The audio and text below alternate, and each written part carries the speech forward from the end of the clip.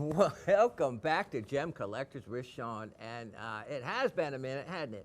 I know we've missed a few weeks of the show, and I apologize for that. We had the one notice up there for you, but got a little bit behind on updating that notice as well. So I appreciate all of you with bearing with us. So you must have known from the little bit of confusion in the note there that there was something going on, right? Well, there is. So what I have today to tell you is going to be a big benefit in some ways to all of you, and a little disappointing as well. So what I want to say is this particular show you're watching right now is the August show. We're going to have one show a month until the end of the year. So there'll be a show in September, show in October, a show in November, and a show in December. Not sure exactly where the weeks will fall, but as long as you're subscribed to get notifications, you will be notified, or also, which you should be doing anyway, checking the YouTube site regularly, because you never know what other information might pop up or other interesting things under Gem Collectors with Shawn on YouTube, and you can also access it through the Gem shopping site. Now, to find a lot of people, I've gotten comments about that they didn't see me on the host page anymore. Well, if you go to the site map and go to the section where it says meet the hosts there, you'll find me. And if you click on that, you'll get the regular additional information about me, and also another link to this show. So we have 5 shows to dazzle you in, and 5 shows for me to be able to feature as many items as I can at the best bargains that I can to maximize the time to benefit all of you and to benefit me as well. After all, we still are hoping for that tooth for Christmas. So let's get on with the show. Now, in saying that, I also had comments, which, remember, we quit doing the trivia, but we ended up, as a treat, I did a what am I? Well, everyone wants to finish to pick up with the answers to the what am I. So we're going to do that real quickly, and I'll start off with Miss Gabby's comment, and then we'll read through the comments. Well, you know what? We'll start with Miss Gabby's, then I will show you the items, and then we'll go to the rest of the comments so you can follow along with who got the ones right and who got the ones wrong. Miss Gabby starts off greeting, once again, Rock family. Okay, Shawn. Okay, got the turntable message loud and clear. LOL. My apologies for the trauma. The what am I?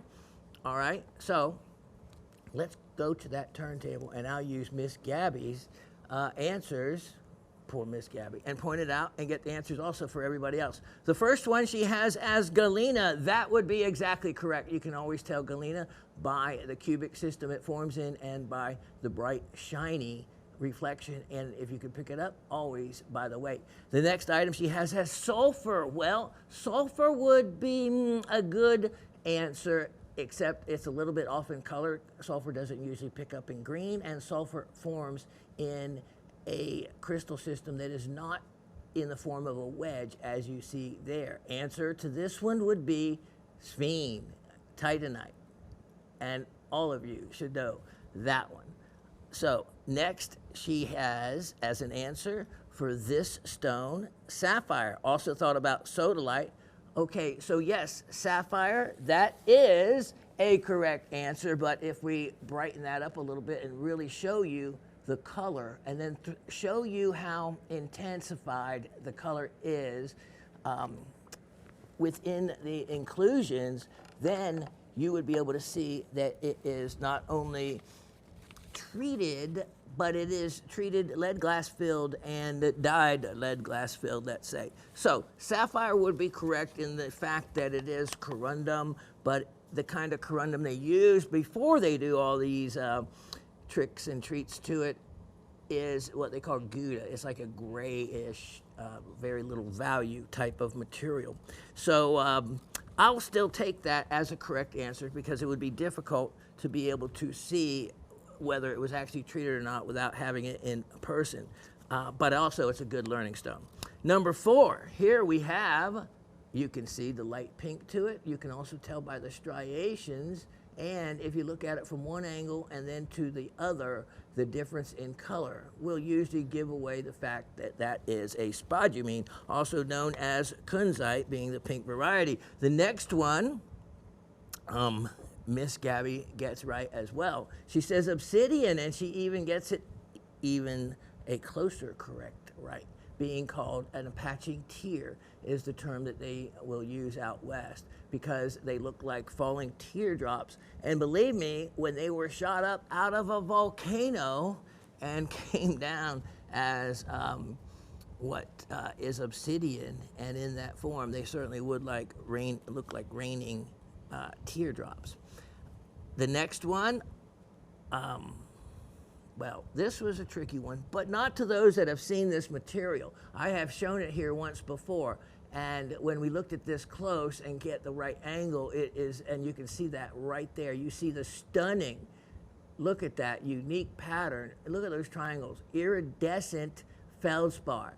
Iridescent feldspar. It has a couple of different names, but that pretty much will cover the correct answer. So agate, there is tremendous, beautiful agates, and I wish I had some of those that have that amazing iridescence to them, but the shape of the iridescence does not come in the form of triangles. That is relevant to the feldspars from Australia that you see right there. So a very good answer. Because she goes on to say, would smithsonite be a reasonable answer? Not so much due to the type iridescence and the shape of the crystalline shape of the iridescence kind of gives away a lot to me. Then we have this very good answer saying quartz with hematite inclusions in this one. Wow, look at that. And a lot of people are sold that as fancy names like lepidocrosite, things like that. No, it's not. It is hematite. Also, the term that I would accept would be strawberry quartz, but there's a lot of synthetic strawberry quartz in the market, so do watch out for that. So a correct answer there. And look at this. This was kind of a give me, or should have been to many people. There is no star sapphire with that perfect of a star with no inclusions in the surface. Isn't that crazy perfect? Well, in the 1950s, a company called Lindy came out with the recipe to do those and made so many of them. All the rings, every jewelry store had Lindy Star Sapphires in them. Many a girl's first ring would have been a Lindy Star Sapphire, or they made also them in a pink version, a pink Star Sapphire. So here, then, after a number of decades, they quit making them. And I used to just pretty much almost throw these things away. I ended up starting to collect them. I just thought, well, you know, why throw them away? And then come to find out, when Lindy went out of business and quit making them, they actually became collectible. And the way you can tell is easy. Look at the L. There is an L inscribed. So I'm giving everyone a really neat trick of how to spot a genuine Lindy. And they would just hand engrave them on there. And you can see that one is in a script L right there. So Lindy Star, it's not even a, you can't even say it's a synthetic star sapphire. It's a man-made 6-ray something. And this one, Miss Gabby says epidote, almost said tourmaline. And you would have been wrong on the tourmaline. You are correct on the epidote. Let's look at it from the end. You can see that the shape of it is a little bit different, but could be misconstrued still as tourmaline, certainly by color.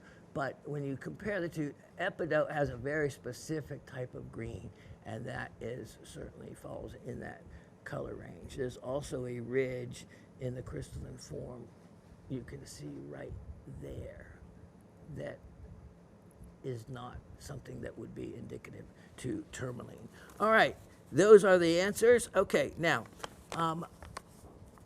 we'll go on with the comments.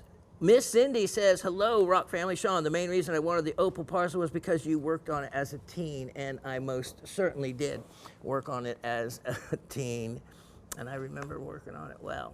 A lot of neat memories in it. And I was talking about this with Raven. The memories that all of you are getting from those pieces from my youth aren't lost on my son. It's just not something that would mean anything to him. For you to say that parcel means you got it because it meant something to you that I worked on it. Nothing against him, but that is more sentiment for you to have that parcel than what my son would feel for having that parcel. You know, I am so proud of him and the direction he took. It just wasn't rocks and minerals, and it was from a very, very young age. And I was not going to be one of those parents that was going to force my son not to do what he loves doing. So, thank you for saying that, Miss Cindy, and you enjoy it for all the sentiment they want to say. It did occur to me that it could have been some your mother had purchased for you, absolutely, because those were the kind of qualities that she would purchase, and she would get that one particular one. She spent a lot of money on the one individual opal. Other than that, she'd buy the little jars with the mixed stones in them for one set price, and she'd look at all the jars and pick, and I think she enjoyed getting them for me as much as I enjoyed the fact that she bought them for me. And believe me, I have one still that my mother had purchased for me that I had kept. You know, I cut gemstones at the house from the age of 11 all the way to the age of 17, and that's a lot of stones I cut, especially, you know, when you're a new cutter. I was cutting every day. So there were a lot of stones. I have a tray of cabochon, agates, and jasper still in a Riker mount box that I treasure.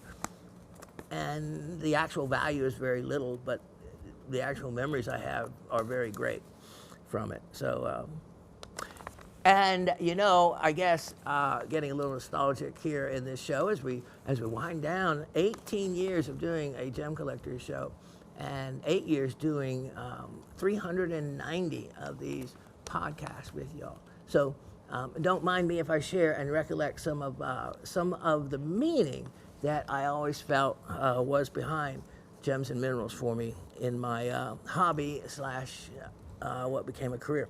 Let's see. So Miss Cindy goes on, I graduated in 1975, so that was also a factor. They are at least 50 years old. They are beautiful, worth much more than the $25 for the history alone. So in the only auction that we've ever done, silent auction, Miss Cindy won a tremendous deal for $25 on these tumbled big Australian opals with color, and that's what she's referencing. I would love to have a beveled gold pendant made from the red flash one. Indeed, that red flash one is a great piece. On the what am I, Miss Cindy says galena. If it's magnetite, I'm going to be upset because I always reverse the two. A misfiring brain synapse. But no, Miss Cindy, you got it right this time. Galena is right. Golden calcite, so you missed that one. Kyanite, you missed that one. That's all right. Kunzite, rhodolite, garnet, so certainly a good answer. Lattice sunstone.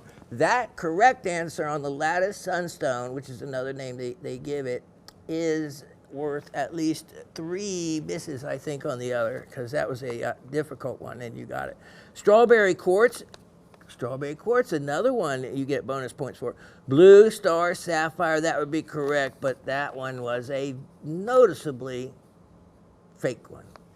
So, and then green tourmaline. Green tourmaline, I thought most people would be fooled by that, so I certainly don't blame you on that one. So 4 out of 9 for Miss Cindy, and then she comments, I forgot, double meteor shower starts tonight, going out around 2 a.m. to watch for it. Yes, the Perseids, of course, that was a couple weeks ago at this point, and the Perseids are the greatest meteor shower I've ever seen, so if you get a chance next time they come around, watch them. You will enjoy them.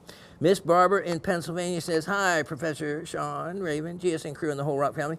Fun show. Thanks for the foytite from Irango. Not sure why showing the whiteness of that diamond was so hard, but perhaps the yellowish cast of the light source wasn't helping.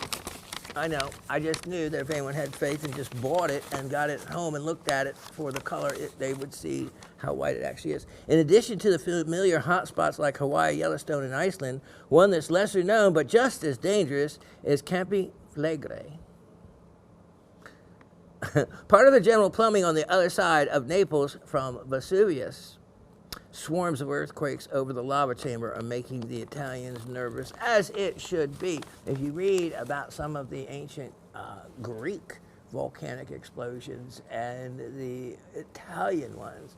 Wow, very powerful and very deadly. And since we're talking about tsunamis last week, how about the 8.7 earthquake under the Russian Kamchatka Peninsula that caused a Pacific-wide tsunami warning on 7:30? The northern part of the Ring of Fire has been busy this past month between Alaska and Russia. Geoscience in action and the news. Indeed. What am I? Galena, correct. Sulfur, so that's 2. Saying sulfur on what is the sphinx. Sodalite for number 3, so 2 thinking sodalite potentially on the sapphire, that was the treated sapphire. Then 4 pink danbarite, so certainly a good answer on what was the kunzite. The number 5 leverite, come on, that's a fair obsidian. It looks very much just like the Indian tear, so no trying to fool anyone there.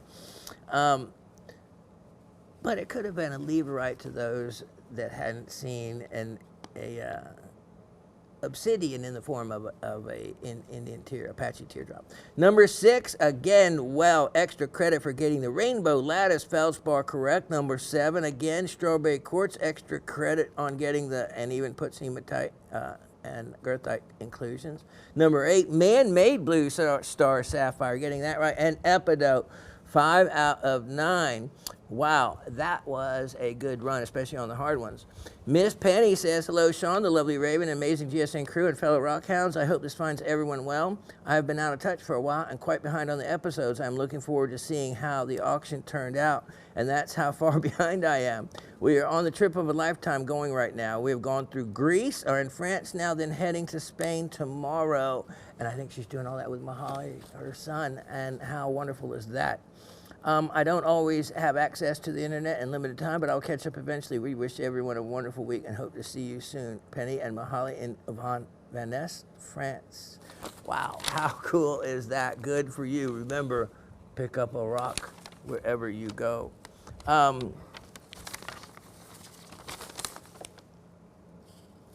So, let's see. Miss Barbara sends a picture of a fuzzy tourmaline with the phoitite at the top with the little hair that's growing.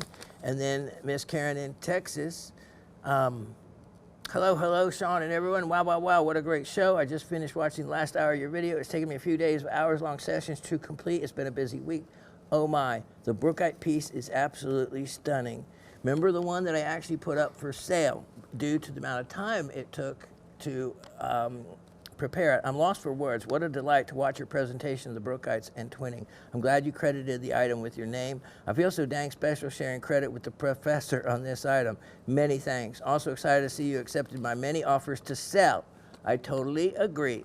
True, you have invested many hours and earned the right to sell or distribute as you wish. Incidentally, an amazing price. Love the what am I, but I'm out of time, so maybe next time. Yes, I do enjoy the show and sneak and soak in the knowledge. Until next time, cheers from the Chicken Night gal. All right, so we have to maximize everything we do into these 5 shows. So we're ready, I'm ready to start now. Let me put up the what am I's. And by the way, the winner would be Miss Gabby. And, but have nothing out planned for the reward. You just get kudos and a big yay. All right, let me put these items. I'll be right back with the start of the show. So what you're gonna see are some amazing opportunities like you have never seen before. So if you already have one, get another one. Get another one for a gift for someone that doesn't have one, or a display. And I have been in the last few weeks very busy actually getting to view some very high-end displays, and they were done just as I had thought they would be. Like there was a rhodochrosite, I mean beautiful stalactite rhodochrosites, and there was a large number of them, and they were like laid across each other, and it made for a tremendous display, whereas a single item often doesn't. More of one is better, it truly is.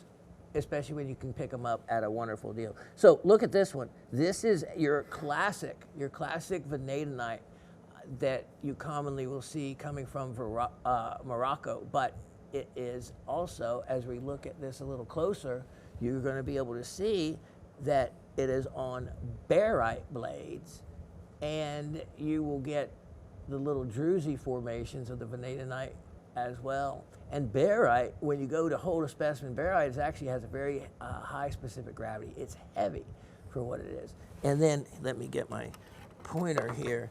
Then you can see some really important shape to those vanadinite crystals. Those are the ones that you really want to look for, is the nice six-sided shape, or the ones also with some sandwiching, different color separation there that you can see.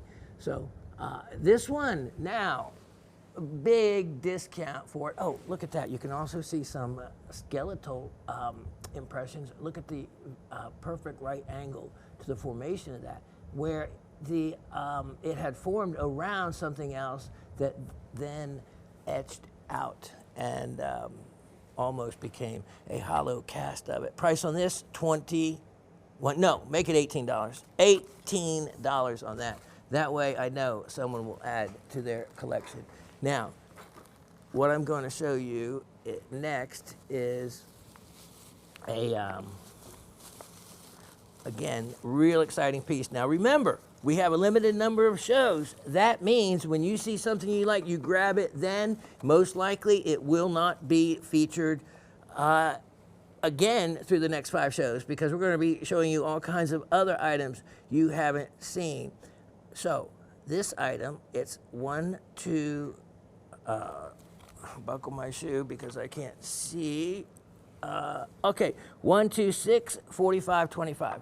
1, 2, 6, 45, 25. And look at this. This is actually one of the nicest of those Vivianites that came out of the Amazon not long ago. And they, it's an iron oxide. And in these voids, these, what they call like pods that form in the bogs, there is an extremely low oxygen environment, allowing these crystals to grow. And they are clear in that environment. But as soon as they hit the oxygenated air, they will oxidize, turning into the the green. I just saw some pink opal, so I was thinking pink. The pink, the green, and then also at different angles, blue as well. And as you can see, let me get that, you can see some blue coming in right there. And this, look at that. Look at those reflections of green. And then the other really neat thing, there's another mineral that forms in these voids. There's only a couple that will. And one of them is ludlamite. And in this specimen right here, you look at that crystal of ludlamite. You can see that it's yellow, completely different. And here is another one right there. You can see that yellow crystal of ludlamite.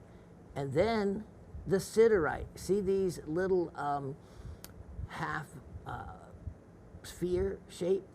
So you have those. Siderite is an iron carbonate. You can see some of the blue reflecting from there, green here. And then look at this. You have the impressions of that they will leave behind, because they tend to sometimes just pop out of the little depression that they grew and the Vivianite formed around them. And look at that. You can see them right along there.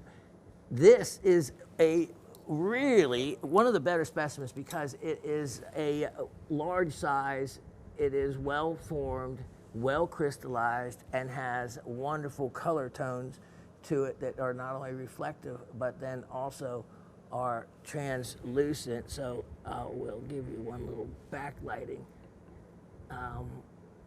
on this, and you can see, not only reflected light, but then the transparent light. And people ask, well, is it facetable? Well, if you can facet a hardness of like 1.5, and it has such perfect cleavage, it will split. Look at you can see some of the blues at that angle.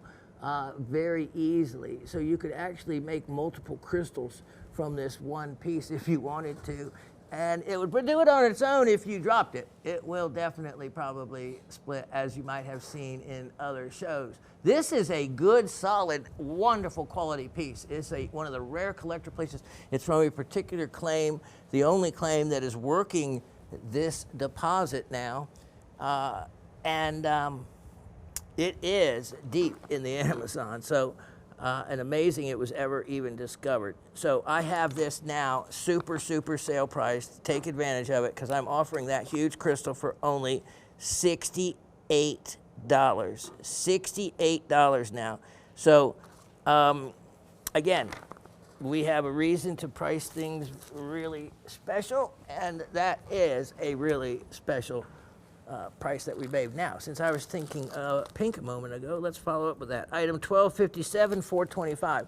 1257, 425. Remember that pink opal? We've sold almost every single piece, and we are down to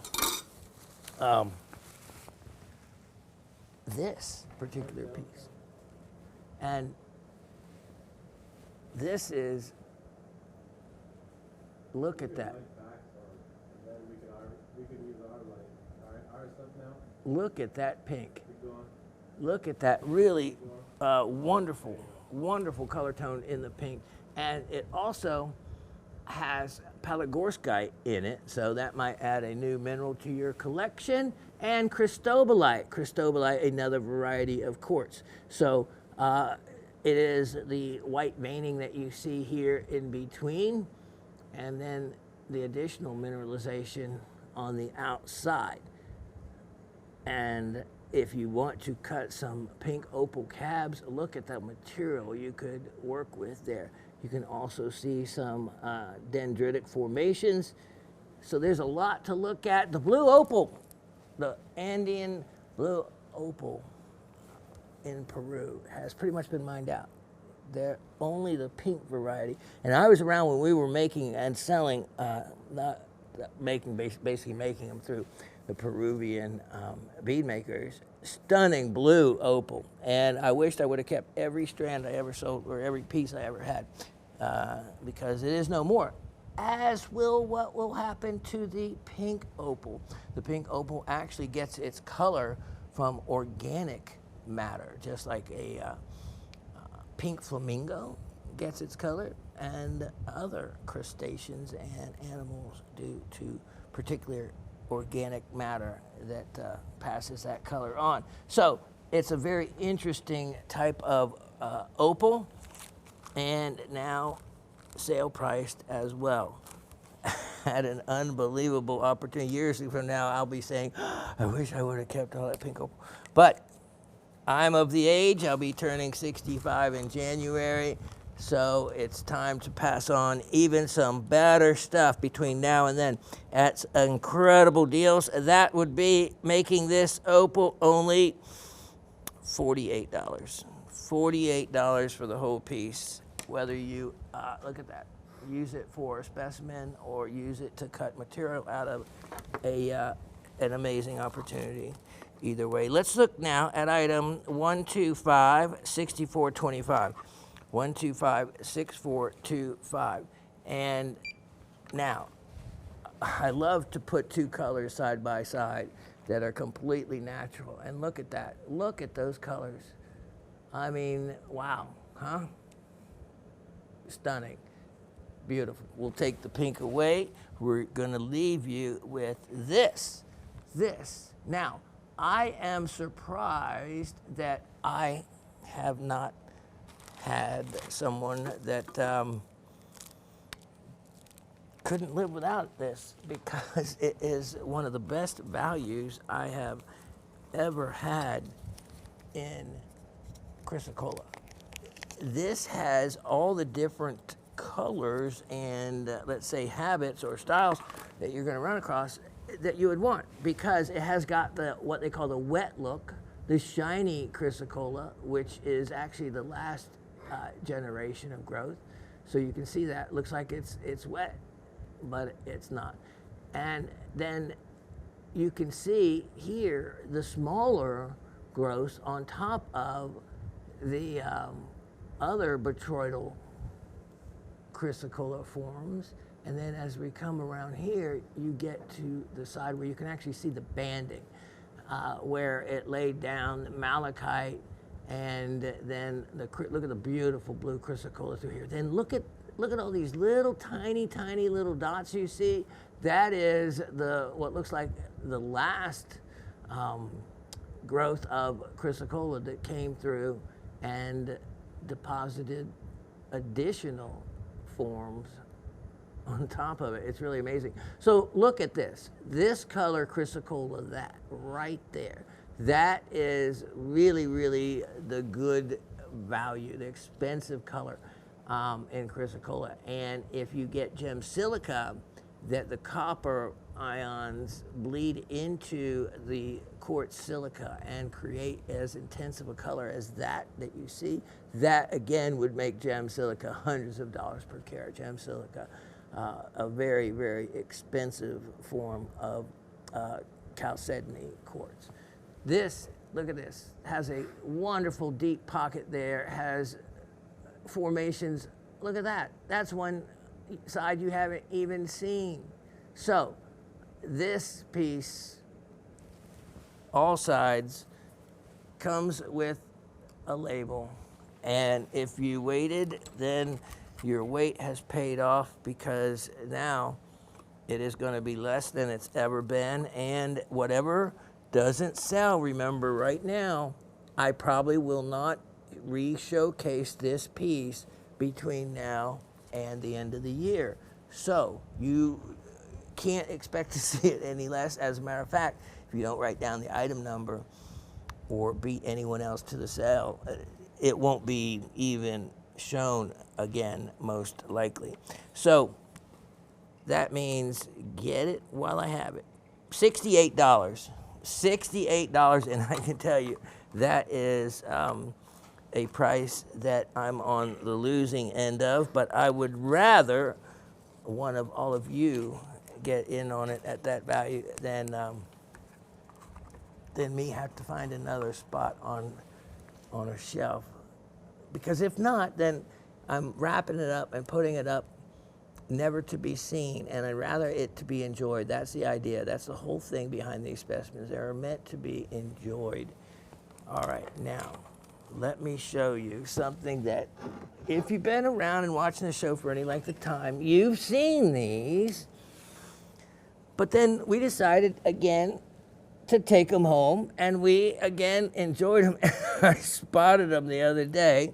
The Raven had placed them on top of the mantle, but behind skulls and other cool stuff. Let's look at item number 1284725. 1284725. And I told her, I said, well, it's time. We're going to give these another shot at selling them. If they don't sell this time, then of course we will keep them. And I checked with my Jade people. I looked, tried to find what I'm getting ready to show you. You are looking at one of the largest pair of bookends that is available, period. Even the Jade suppliers, who they have 4 claims, the people I get my Jade from, and I don't want that falling off the edge. So this is, they don't have any bookends. Look at the size of these. Here's my hand, okay? And if we place these straight, you can tell what's so neat is that these were cut from the same piece of rough, because look at the white banding that you have going through there. So it's neat. They were side by side cuts made, and the outside, it's still the rough. You can look at that. You can still see the banding going through there. And on this side, look at that, look at that. And then look at the other side to these. These are polished, and it's not one of Shawn's spray polishes. These are the real deal. And here is the inside one, and felt on the bottom. So very, very classy. Let's look at this one all the way around. This is actually a light polish that they've put up against the wheel. See that little wet look? That's not me wetting it down right before showing you. You know I don't do smoke and mirrors here for you. It's all straight up honest shooting. And obviously, if I haven't sold these at the price I've offered them from before, then for whatever reason, maybe I should have embellished and pretended that they were my latest fish catch and made them into something that they aren't. But I shouldn't have to do that. These are remarkable in color. Here's some what I refer to as yellow light on them. So many more homes have these cool white fluorescent or xenon type bulbs, and it gives material often a different look. So here is your opportunity. They're 8 by 10, and let me see, we should have the weight, I would think. These were mined over 10 years ago. Wow. Oh yeah, there it is in grams. 5,000 grams. So do your math. It's 454 grams to a pound. So there you go, Wizard. Mr. Chuck is with us here. So roughly in my head, that sounds like around 9 pounds. Yeah? 5,000, no, 400, no, more than that. 10 pounds is 45. Yeah, what am I thinking? 11 pounds, right? 10 pounds is 4,500. I don't do math. Okay, never mind. And I know the Raven doesn't. Oh my gosh, the Raven. And oh my gosh, you know what? The poor Raven, she was, you know, especially being a bird, she was not given the little magnetic chip in the brain like homing pigeons have, which actually homing pigeons truly have magnetite. That's, if you never knew that, it's a chip of magnetite in their brain, and that's how they use the magnetic field that is around the Earth and can actually somehow measure that with a little chip of magnetite. I mean, you know, look what people, they get lost with a GPS, and a homing pigeon can find its own little cage after only being in it and in its surrounding area, provided you blindfolded. I could tell you, I never knew how that worked until I was at the post office behind a guy that was actually picking up homing pigeons that were sent to him. And then I caught him after to ask him, how exactly does the homing pigeon, he just made, standing in front of me, and he got the phone call, and he made $15,000 off of his pigeons that had just were in a race. So he entered a lot of different pigeons in these different races. So what you have to do, you have to send the pigeons ahead to the city, okay? And the pigeons are in a blacked out box so that they cannot see the surroundings. And then they're released into a nice environment. I think they spend a few days in a cage that they can see the outside world. And then they're entered into, and they have to fly back to their home cage. And so they're taken to these places they have no idea where. They're in a blacked out cage. And so they're acclimated for only a few days in just this one little small area, and then let loose. So in that little one small area, somehow they can figure out all the way home. And us humans can't do it with a map or a GPS. It's crazy. It's crazy. Yeah, it's a little chip of magnetite. So anyway, bless our little Raven's heart. She missed out on the magnetite, but that's okay. We'll forgive her. These 5,000 grams is equivalent to over 10 pounds, because 10 pounds would be 4,500. So just roughly figure 10.5 pounds of beautiful, high quality nephrite jade that they're not mining this material anymore. It is really difficult to get. So I have lowered the price on these to the lowest it's ever been. And again, we don't have time to show them after this last time. After this, which we have if they don't sell. But we need the funds, of course. So I'm not going to be, get down on my hands and knees. You know a good deal when you see one. And to get 10 pounds of this quality material polished all the way, that would make a stunning office gift or a present for yourself. $348. Only $348. Okay, now, let me take a moment to put those up and wait till you see what I have for you next. Something I have probably never featured in the last 8 years of the podcast, and we had sold these probably 10 or 12 years ago in the live show.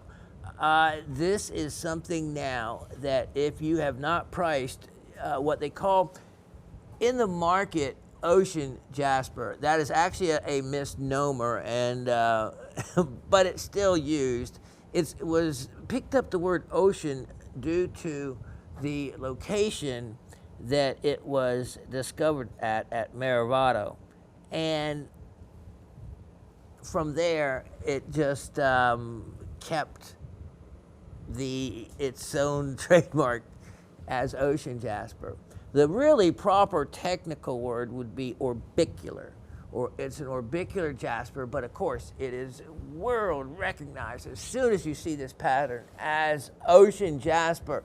It is the only one that I have ever seen where you have these stunning, perfectly circular, which is the word orbicular, as orbs, bands of these different colors. And as we look in close in this, look at the size of my hand, look at the size of this piece. I'll give you the dimensions so you can follow. 10.7 by 8 inches and by 5.5 millimeters thick. Now, as you can see, let me get my little pointer here, because these are the money shots, so to speak. Look at the pinks, the oranges. These colors really make the piece. And then look at how you have these green outer rings around them, the banding you have there, all the different plays of design that Mother Nature has done in forming this is remarkable, simply remarkable.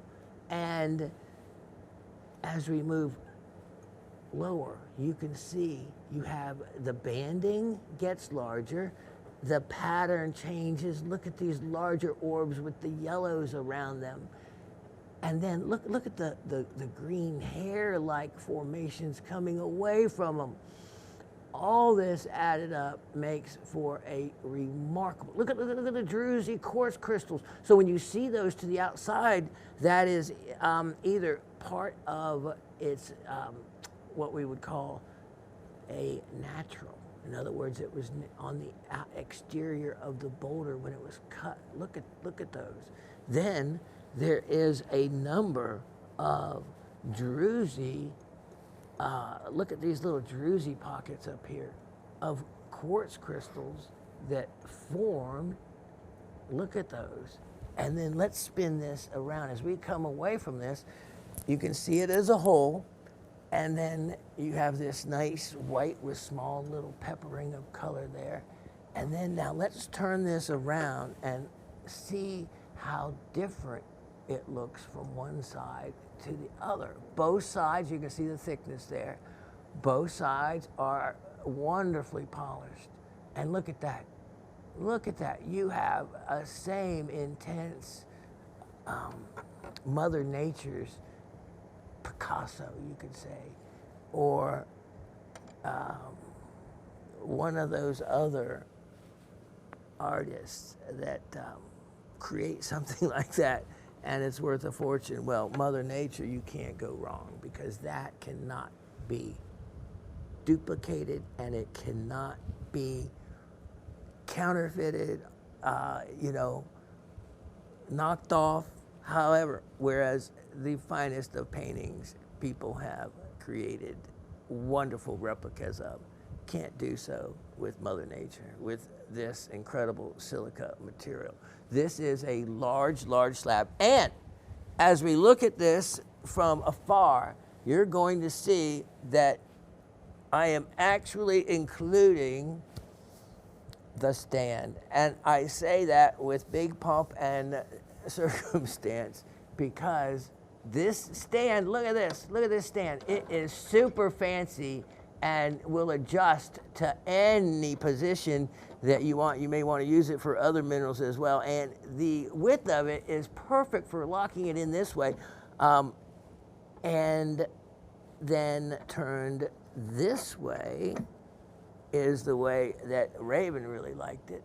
it is perfect as well and makes it stand higher if you like that look. It really is a multi-angle displayed piece. Look at that. Okay, now, if you could price shop this, you would find just how expensive it is. I am offering this at what would be considered a discount opportunity for the quality. And the quality is what really, really matters. Both sides polished. No repairs. Watch out for pieces you saw where it could potentially develop a fracture that might split it in two as they're sawing it or polishing it. And then, yes, they can assemble them and put them back together. This has not had any of that done to it. You have to watch for that when you buy it elsewhere. And let me say also that when they're just all green, they're of less value. When you have those pinks and orange colors in there, it adds value, especially like when you have the pink centers, the yellow exterior surrounded by the green. Choice, $378. $378, only one. We do not have another single ocean jasper piece of any kind that will be offering it. This is your one and only chance, so take advantage of it now. And so while I hand that off and let Raven tuck that away, this doesn't have an item number, but I just wanted to show you what I had been working on for the show and was going to grow some crystals. So let me just show you what how they turned out real quickly, because crystal growing at home can be a lot of fun and you can learn a lot. Look at this particular crystal. I actually was able to grow, and the way it grew had a yellow internal crystal and then a white clear crystal grow around it. This is known as MAP, or monoammonium phosphate, that created this tetragonal form. It also helps you understand and learn crystallography. Now, I grew all of this just in this plastic tray. The green color has nothing to do with any chemicals. You can create the color anything you want using just food coloring. But this is what I grew it on. I actually grew it on one of those little thin slices of emerald that you have seen me with. And this is, look at that, that is ruby with zoisite on the outside of it. Due to the other chemicals that might leach out of them, I was curious to see what exactly I would end up with. And you can see somehow from somewhere I grew something that looks like cavinsite, which is unique. I have no idea what the blue chemical is that grew. It's certainly nothing I put in there that would create that, nor the yellow. The green is still monoammonium phosphate, and look at the wonderful crystals that grew from it, including the radial crystals that came out of it like this. And then look at this. Look at these large, single, clear white crystals. So how do very green crystals grow at the same time a clear one does out of the same color solution? Well, we've seen that happen like in a watermelon tourmaline. And what I've learned is there doesn't have to be a depletion of one color before another sets in. It can just independently grow a clear crystal, even though the rest of the solution was still colored and growing green crystals simultaneously. That was something I didn't know could happen. And if it can happen at home, it can happen in nature. Many crystals form just as they cool down from a room temperature or a volcanic temperature. And as they cool, they will crystal out the different minerals that make up what's in the solution. So anyway, a lot of fun, and I was going to cover some more of that, but you get to see a general idea of just what fun you can have and learn from making your own crystals that are completely safe. Okay. Coming up, item number 1243125. 1243125. And here is a beauty. And this is one of those wonderful stalactite type of crystal formations. I had an amethyst one and a smoky quartz one, and look at that. A beautiful display. Also, by the way, if you have aquariums, as long as they're silica and quartz, this would be a magnificent item to have. They're easy to clean whenever you want to take them out of the aquarium. But when I had 14 aquariums, salt and fresh, I used many of my specimens in the aquariums, and I had some of the most attractive aquariums imaginable. So, and the gravel in some of them were nothing but my tumbled agates and jaspers. So, quite the display. Even if you didn't like the fish, I had people looking at it just for the rocks and minerals. All right, this one I have the ability to offer at a sale price. So we're going to take it from the $128 value that it was, and let's make this, how about only $70, no, make it $68. $68. If I don't make any money, it doesn't matter. I need items to sell. $68, take advantage of that jewel. It's quartz on chalcedony in a stalagmite form from Bombay, India. All right, now, this next item, we went to see a person's collection, and they had one of these in the collection. Item number 715717.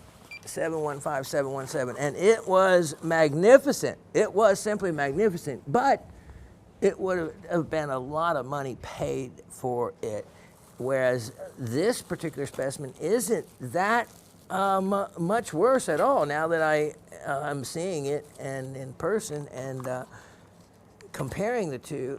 So it is a blue barite, and blue barite was only relatively recently discovered in the geologic world a number of years ago, and quite unique. And when the prices first came out, they were crazy pricing. But here is an opportunity to have, look at this. This is a very impressive specimen, and with the big barite crystals perched on top. And from this location, oftentimes the limonite and would be intertwined with it and kind of spoil the aesthetics of it. Not the case in this piece. You can see you have sizable, well-formed barites that are not cluttered up with the limonite. And I have this, just to tell you, just what a discount this piece was. We had these priced at a considerable value because that's what they were. But now, in Shawn's bargain basement must sell deal, $44, only $44. So go compare, go look. This is the barite from the well-known Sid Lawson mine, so make note of that so you can look for the comparison. So the Sid Lawson mine in the Nador province. Beautiful piece, beautiful piece. Let me note that opportunity on the price of only $44. Again, all these probably will not be featured again, so that's something that you want to take advantage of straight away when you get a chance. Now, let me see. I have what to show next. Wow, here's a beauty. Now,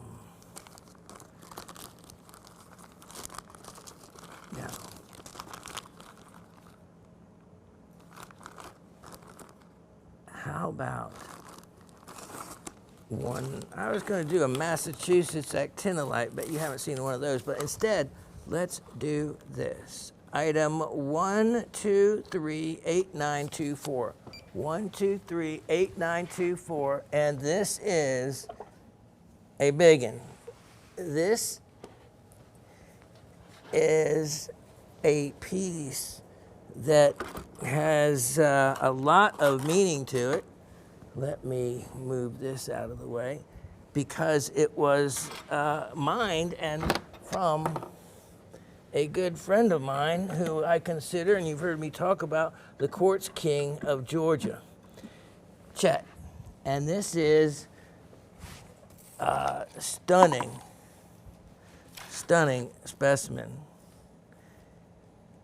The Diamond Hill mine in South Carolina. And he owned it for a number of years. It is now a pay to dig mine, and actually Raven went there with some friends, and how much was it, do you remember, to pay to dig? Not much. It was like more of a parking fee, like $5 or something, yeah. It wasn't much. So she spent the day there, and in all honesty, what she brought back was, you know, some shards. And there was nothing that you were going to find that was going to be anything like this. Of course, this is a former owner. And if you can see this, we call it, it's amethyst, and pretty much smoky amethyst. So you can see, let me add a little light there. You can see an amethyst color there. You see smoky quartz in this piece. So it's a smoky amethyst. And as you explore and look around, let me add a little bit of light to it so you can check the amethyst crystals and their coloration to them. And it's mixed with the smoky colors. So you can see amethyst in these and in these. And as we come down the piece through the middle of it, it really represents amethyst and smoky quartz very well. A little bit of dust on this also. And there's, let's right here, this you may not be able to see, but it's very amethyst looking right below that. Yeah, right there you go. You can see the amethyst in there. So in person, much more magnificent. There is also phantom growths in this item as well. So you get to see the different phases as the piece grew. Now, this comes with something really special. It is only, I've only given this out with the more important pieces, and there are many pieces of these at the Tellis Science and Mineral Museum in Cartersville, if any of you are familiar with that. And Chet, being a long time and huge supporter of Tellis, and also has many, many specimens that he has sold to them and on display and loaned. He also wrote and published, you can see here, a whole article about the Diamond Hill mine, explaining the entire geology with very slick pages, pictures, and all the other different discoveries, some of the well-known diggers there.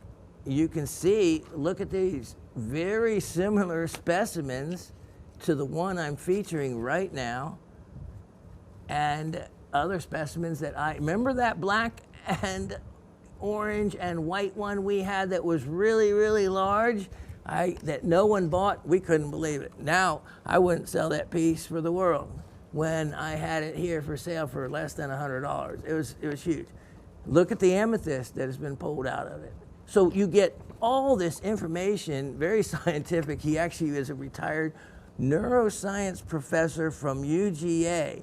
So this guy has a huge brain, and he knows his rocks and minerals, and especially having owned the Diamond Hill mine, he knows it very well. This piece comes from that mine. It is one of the larger, more impressive pieces. Let me just turn this on its side for a moment. Let me drop this out of the way for a moment so you can see just some of the wonderful colors and clarities to these crystals.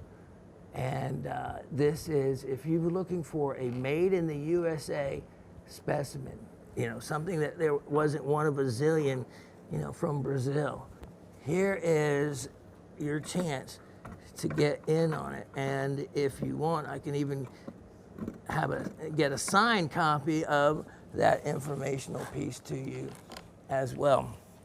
I know I have one. I made him sign a copy of it because we have Diamond Hill pieces throughout our house that were mine during the period he was there.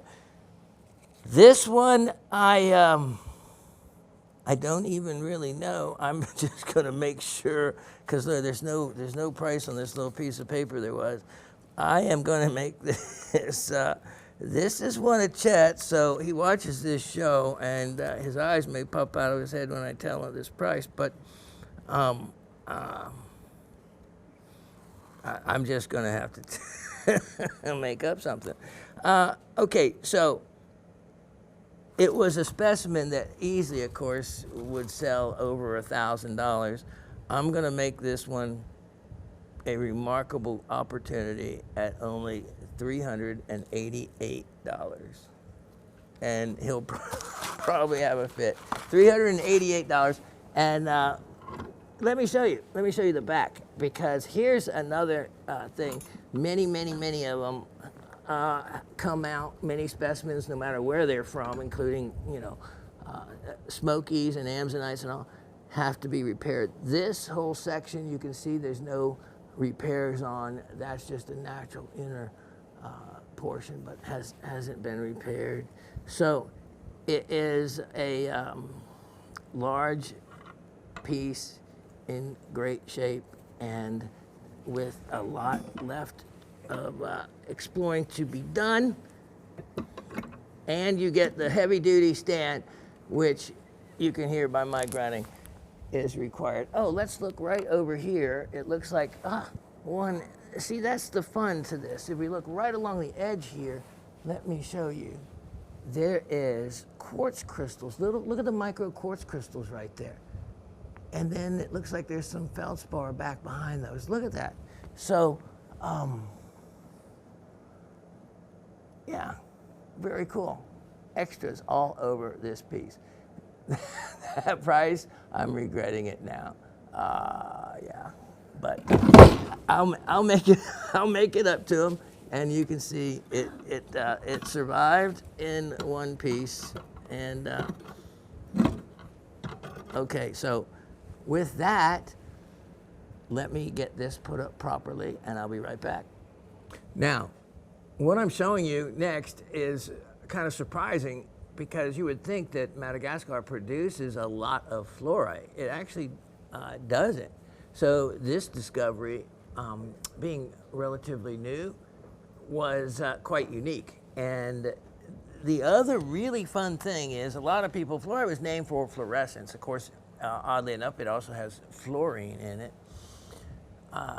But you think that fluorite almost always fluoresces, but it doesn't. There's some fluorites that won't and don't fluoresce. This fluorite is not one of them. If you have a fluorescent collection and or ever wanted a fluorite that fluoresces, the classic purple blue, this is it. This, if I could show you, I would. It is the prettiest purplish blue under long wave UV light. Really easy to show it off. And now look at the crystals to this. Okay, so this is without a display stand. And if I had my druthers, I wish every mineral could be displayed without a stand. It just, kind of distracts you sometimes, and or gets in the way other times. So look at this. This is perfectly balanced on its own.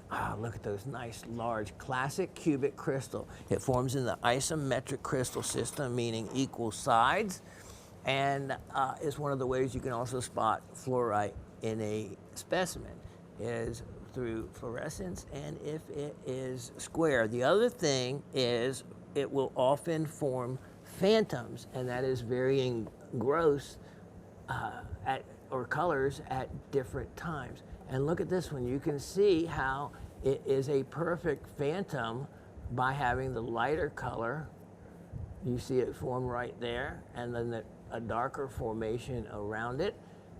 And look at how the whole surface is peppered with perfect little fluorite cubes.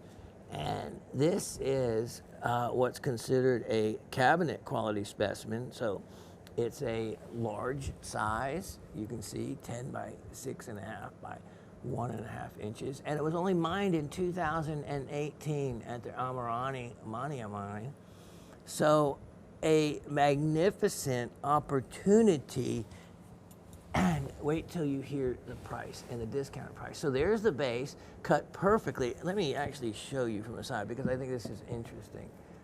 And this is the way when I saw my rocks, if I cut a base on them, this, look at that, see how it leans back? That is a perfect display angle and can only be done intentionally by sometimes making a couple cuts to get that right. And look at it, see, it's not like it's easily falls backwards. It's not. It is just a perfectly safe angle, and I would never normally do that unless I was sure it wasn't going to embarrass me completely, because we never reshoot a shot. We take it like it is, and that's the fun about basically live TV. All right, so we have a wonderful base cut on that. Look at the back. You have a just a nice matrix back to it. There we go. Let me get the angle so you can see that. And then the angle so you can see the ups and downs to the fluorite. I had another one of these. If you remember, it sold. This is the lesser priced one, but never, not anything lesser by way of the importance of its look. So I am going to price this again at an opportunity that if I lose money, so be it. Chet, I hope your heart's right. This is a wonderful, wonderful specimen, and so forgive me if I offer this for only $218. $218, and if I could get it less than 200, I would, but look at that, how big of a look you get for that little bit of money. And in the world of mineral specimens, to get that size look for that little bit of money, that is hard to do. So that's one that someone needs to take advantage of. Okay, let me show you next. Here is always one of my faves because it's my birthstone. Item 127, 1325. 127, 1325. And Asif had done that incredible showing of the Belkis Mountain, where the difference in years of how little, sorry about the blank screen, how little the mountain changed in 6 years of mining. And it was amazing. And also the fact that Belkis Mountain is completely devoid of vegetation, and the little bit of mining that occurred was what they call artisanal mining. It was an individual miners hiking way up this naked mountain, and if you even had to do your business, there was not even a big rock to hide behind. And the difference in 6 years was minimal. So it's formed in this one little band that looks like maybe 60, 70 feet long and maybe 4 or 5 feet high, maybe a few feet deep. And that's it. And the only other location in Iran is way far south. This is in more of a northwest location, which is kind of unusual. And here's the thing. No one ever wants to say the word Iran. When I was sourcing these, and they would say, oh, it's from near Armenia. Another one said, oh, the source is somewhere close to Turkey.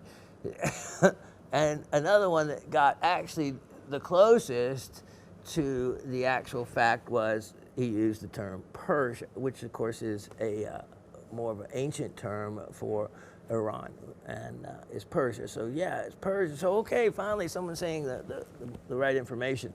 So truth of the matter is it's best plain Iranian. Rare to get a hold of demantoid garnet. Yeah, you saw that this whole time, right? Thought that was, no, there's the garnet I wanted to show you. And look at how perfectly formed that crystal is. They form in a what they call a dodecahedral with trapezoidal habits. I don't know enough crystals to know exactly what that means, but let me bring in a little extra light here and just kind of work with me there, Chuck, on this is a very saturated green. You can see the green bleeding through there, and of course, cut, it would be much more, I guess, obvious green. But look at the crystal form to that. Wonderful and large. Look at how large it is. Also, you have additional crystals there. The miner that would have found it that day would have been really excited to have a find like that because he could bring home something. And for the amount of work that he had gone through to mine these would have been extensive. And so when I see the mine like that, which I always try to look, and it gives me a greater respect for what Mother Nature is giving up from the ground. And it adds value to me when versus something that comes easy, you know? Anyway, I have a discounted price on this one. I want someone to have it, to enjoy it. It's a January birthstone. It's one of the most valuable types of garnet, being an andradite and being a demantoid andradite at that. So original price on this was $118, worth every penny of it due to that large-sized crystal. I'm going to make this only $77 now. Only $77. And again, I doubt if, you know what, make it $67. I know it won't be shown again. Make it $67. And that way I know I will have given everything I have to give to let someone make that their own. And you could even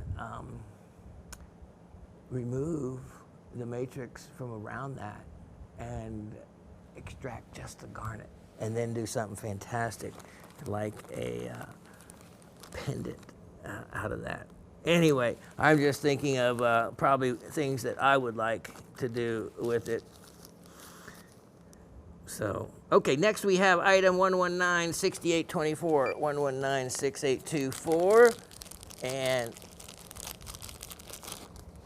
you have to see this because, again, this is another one of those very cool collector items that really dates itself back to the 90s when the Macesso opal, the Ethiopian opal, was first discovered. And that is a wonderful nodule, which there would have been, you know, a whole knobby. So to find the whole thing would have been really neat.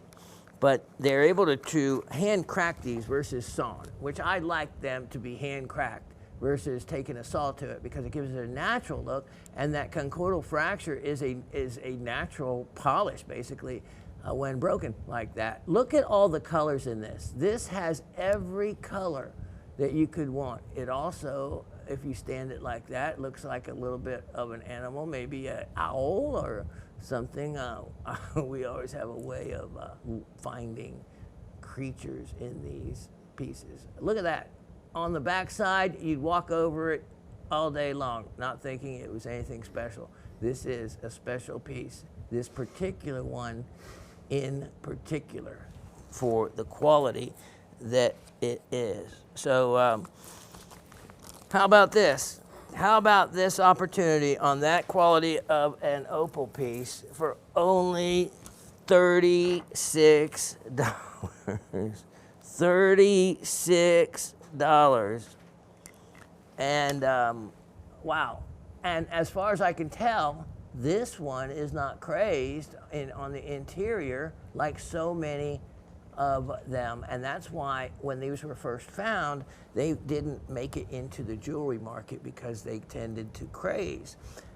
It was only until the Wellow opals from Ethiopia that tend to be hydrophane, which this one, they don't tend to be hydrophane, but the Wellow ones that have all those beautiful colors and are crystalline, you know, Mother Nature couldn't make everything just perfect. It had to throw in a ringer as far as them being a hydrophane opal, but they're beautiful opals, stunning, stunning kind of brilliance. Yeah, but as far as stability, it's your Australian opal still all the way for opals that have all the qualities going for them. Okay, now I have, look at this, wow, item 1216-824. 1216-824, and look at.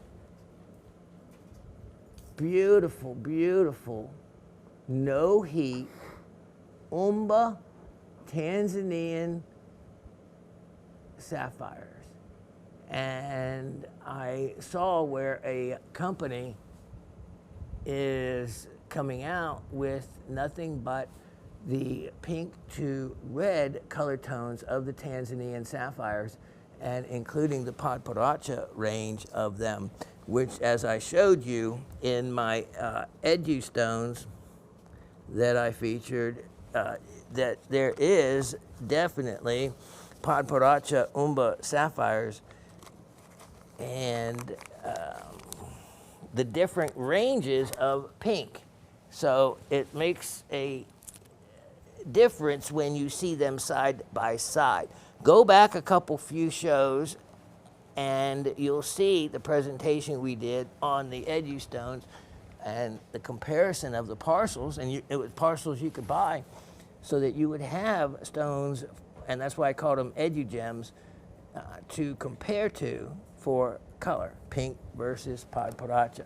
Now, these all are facet grade quality, but I had these cut from rough, and I wanted some cabs done for some of my custom projects. So they cabbed up some of them for me. You can see it, they range from blues to pinks to oranges, all natural color to the rare, actually colorless Al2O3 aluminum oxide, which is the color it would be, sapphire and ruby would be without any of the impurities. Now, only have one of these parcels, facet grade, 15 stones. You can see the middles. These were mined in the 70s, 80s. Old material. And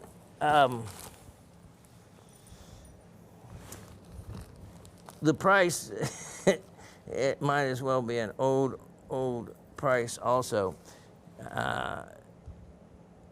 because they're a deal, a really, really good deal. And I tell you what, the lowest price I will ever make these, and I don't know why I'd offer them this low, but why not? I can't even speak. Okay, so at $20 a carat, it made them, what, roughly $52 or something like that. 2.58 carat, $28 for them all. $28, what, $11 a carat, $12 a carat, I don't know. Go try to find some beautiful, beautiful facet grade cabochones, or you can't find anyway because they facet everything, but a nice mix like that, $28. And so you know that I've lost my mind and wanting to give everybody an opportunity here with what we are working with time-wise. And next I have this item, 120.79.24, 120.79.24. This unbelievable deal, which I can't believe no one has ever bought, but maybe it's just waiting for the right person and right opportunity. So look at these 21 faceted gems, and they are of nice. Pardon? It looks really bad. Oh, yeah. Yeah, I agree. That wasn't the tray I wanted to use. Grab the wrong tray. And we need to clean this cloth as well. All right, so you get, look at this, citrines, blue topaz. You even have a sapphire that's going to be worth the entire parcel. Look at that stone. Look at the peridot, the August birthstone. The peridot are worth the parcel. This, I believe, is a hessonite garnet. You have, look at that, almandine, rhodolites. Okay, a general mix and a bunch of carats, and I can't, and I'm kind of gobsmacked it has not sold. So let's make it a price that will sell 21 stones and make it $19. How about less than $1 stone or less than $1 carat? However way you want to figure it, that has to be a deal. Okay, let me clean up everything here and I'll be right back. Now, this is something you don't see every day, and if you did and saw it in a particular color, like violet or purple, you'd be looking at something that could be worth thousands, even when they're included. This is a gray-green Pakistani zoisite crystal. It's a rare size. It's one of my collector crystals, and if zoisite sounds familiar, well, it should. It is everything from the ruby in zoisite, which is green material, the rubies coming out of Masai, Africa, or it can be from Tanzania, known as tanzanite, the beautiful purple zoisite that oftentimes is a tannish color prior to heat treating it, which I have done, and you can turn them violet or other colors. Violet, the most common. This is a crystal I have been so tempted to heat treat. I have not done so. Let me just backlight this for a moment so you can see some of the, look at some of the colors in it. So it certainly, wow, as a purple colored tone crystal, be worth a lot more. You can actually see a little color change right there in the upper corner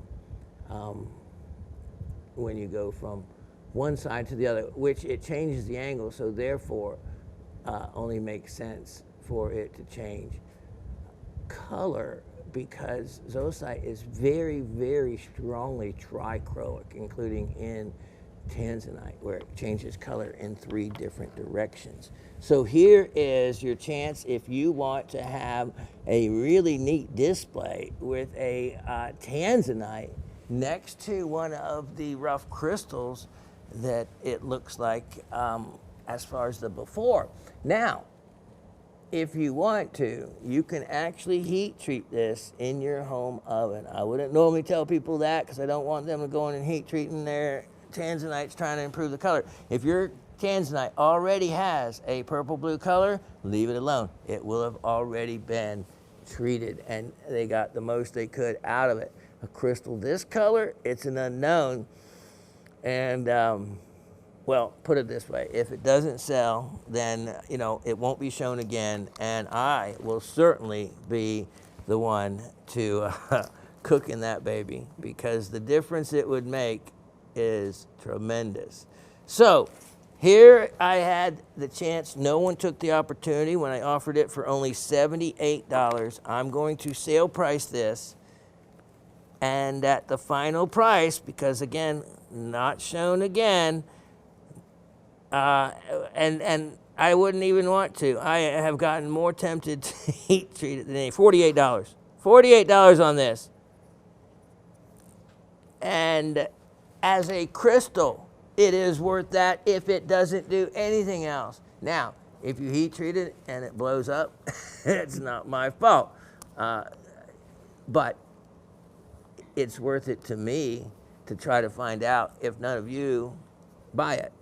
Then, anyway, then I have something to do in my days in between shows, longing for all you guys. Item number 122-9824, 122-9824, and let me show you something. Remember, or I don't know if you remember, but I did a educational segment on how to tell the difference between incredible Madeira citrine and actually, let me stop this. I just saw something I want to show. And Hessonite garnet, because they can, or spessartine garnet, they can look all so very much alike. Now, no matter what, here's what you want your citrine to have. And I saw it from a distance as it turned. Look at the zoning. You can see the color zoning at that distance. Can we push in any further? Okay, well, it's visible right through there. You see the different zoning lines for color. That tells you it's a real citrine.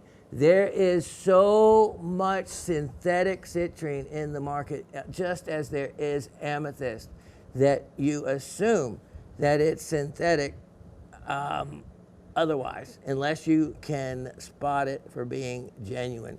When you have that really fine quality amethyst and it's $2 a carat, you are buying a lab grown. And they may even say genuine amethyst. Well, technically it is genuine amethyst. What it needs to say is earth mined amethyst. That would separate them.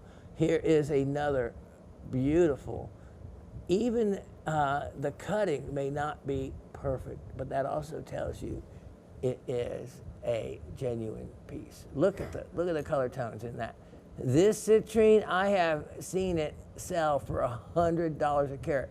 Here is a nice matched pair and an opportunity. An opportunity. Because instead of 100 a carat, I have these now. Wow, I had them less than $10 a carat and nobody got them. Come on, folks, make these $38 for the pair. And that way, if they're left behind, I will not feel guilty for not having charged little enough. Because if they don't sell at that price, then I was meant to keep them. Now, in giving some deals, let's look at this one. Item 1209224. 1209224. Take advantage of every one of these. Look at this. Now, look at this Macesso. Again, another old stock from the finds in the 90s. Look at the back of that. This one would be a good one to carve there, Chuck. Makes a really nice specimen. Especially, how about this? $9. $9. If that doesn't get your attention, not sure what would. $9. And wow. That is crazy, but that's how you know that, well, keep watching every one of the shows that we have left. I will make it well worth your while to do so. And let's see here. Oh, that's a neat set. Okay, now, what I have here, what is this? Let's look at item 1192224. And sometimes, you know, I wrapped these up so long ago, I don't know what they really are. Oh, yeah, look at this treat. Always have to have a zeolite. Let me see if that stands up. It looks like it almost wants to. And it does. Oh, wow. That gets the prize for being able to be self-displayable on its own. And let me add a little background to that to give us a little bit more. There we go. So very cool. And what makes these very cool, there was a particular deposit that they found these bicolor heulandites. And wow, look at that. They had to have done that intentionally.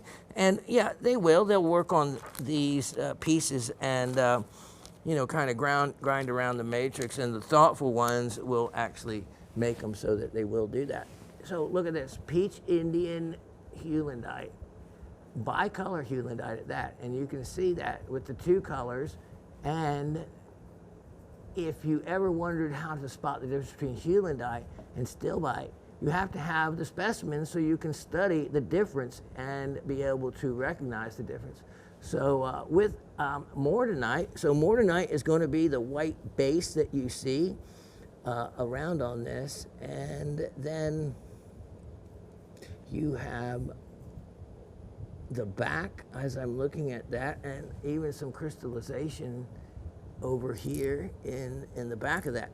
But this is a beautiful, beautiful representation of a wonderful zeolite. And the zeolite family, we couldn't exist, especially ecologically, without the zeolites, because they purify the world, it seems. So only this location has morganite for the base like that. So this is a special item. And marking it down, it was only $58. I'm making that a stunning $38 opportunity. $38 on that. Now, let me tuck that one away and bring something a little bit bigger I have. All right, this is another one of Shawn's birthday specials. It's a birthstone of mine, Sapphire garnet. And this is a wonderful collector crystal. It actually has graphite that you can see. Look at the graphite on the back of that. And then look at this crystal. That is a diopside crystal, both commonly found with the Tanzanian Sapphires. You can see this is just a nice cluster of them, and they will fluoresce a beautiful orange. And I mean a really strong, lovely orange. It's one of the most fluorescent from items I've seen, from like green to orange. It's a great, great piece for that and for before and afters. Or if you are collecting, remember, if you collect the garnet families, I showed that rare Iranian beautiful green demantoid. So the other green garnet is these wonderful Tanzanian Groschler garnets, and when they're green, they happen to then belong to the Sapphire family. Now, let's check them with my handy dandy magnet, and you can see no magnetism. If I would have put that up to the andradite garnet, which I'd show you, but we already put that away, there'd be a magnetic pull to it because of the presence of iron. So that's one way to tell. The other way also is to check for fluorescence. So that's how you can tell the difference in some of these. This is a special crystal piece, and I have it also now at a super big discount. So if you waited for a wonderful, wonderful special item, here it is, and at a large discounted opportunity, making it only $48. $48 on that, and that's just unheard of. Let me add a little color to that so you can really see the green that is exhibiting. Just a beautiful, beautiful opportunity. I love the garnet family due to all of the varied nature of it. Let's look now at item 1169124. 1169124. Now, this I actually think it qualifies for a stand, or you can take it straight to the saw because this is world-class Afghanistan lapis from the well-known Sari-Song deposit, and this is a piece that is of the quality you want if you want to cut. Look at that rich, rich color. And this kind of material, you can see very little pyrite, very little of the white calcite material in it, so it can cut the highest grade of cabochones. And what I like, if you notice between the top and the bottom, you see that? It is a perfectly symmetrical, and you can see it hasn't been sawn. It has the original surface on it, and perfectly symmetrical. That tells you how it's formed and found. As a seam. So this seam would have extended on for however long, and this was a piece that was broken out of it. Yeah, it's kind of neat to see the top and bottom of it. Just a really rich, rich color. There'll be some of this outer material that will fluoresce as well. And if nothing else, you can do one of Shawn's cheesy spray polishes, give it that wet look, sit it on there, and wow, what an item. You know, remember I told you long ago to pack up Grandma's china out of the china cabinet because no one cares to look at it there, and replace it with your mineral specimens. It will be noticed, you will get to enjoy them, and something like this will stand out grand. And many people are familiar with lapis, but would never recognize it in its rough form. So you'd say, oh yes, that's a rough piece of lapis. Oh, I'm familiar with that. Starts whole conversations, and is a bragging rights when you have a piece of rough, because let me tell you, that material isn't gonna last forever, though it seems like at times it will, but that will not be the case. As a matter of fact, the estate I'm working with now, there is a table involved, and the entire top of the table is lapis.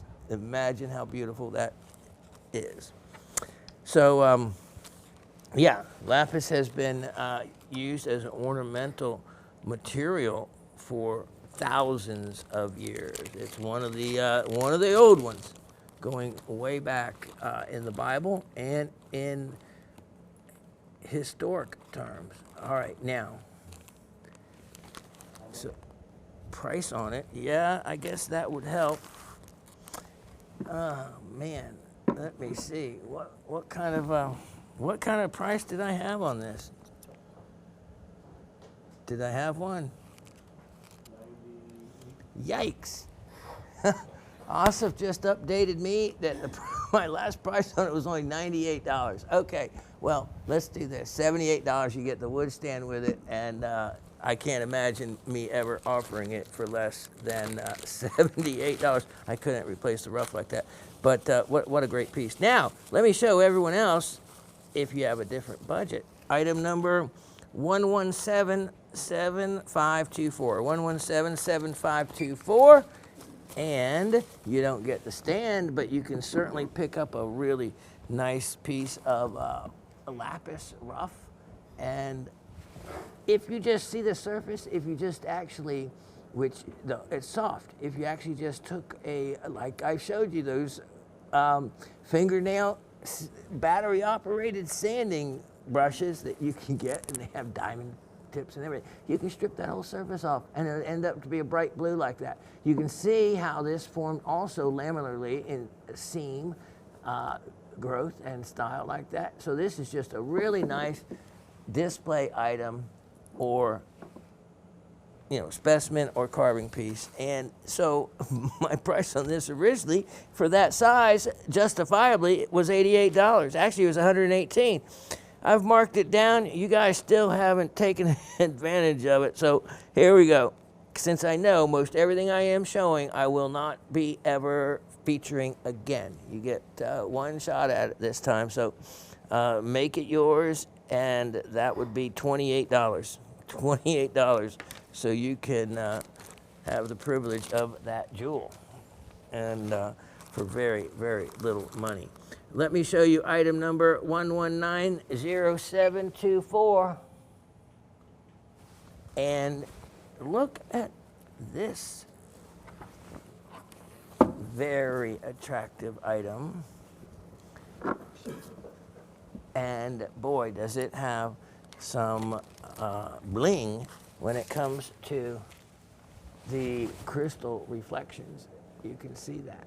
And then when we come in, you can see how attractive the quartz crystals are and how they are, look at that, spread kind of evenly amongst the stunning epidotes.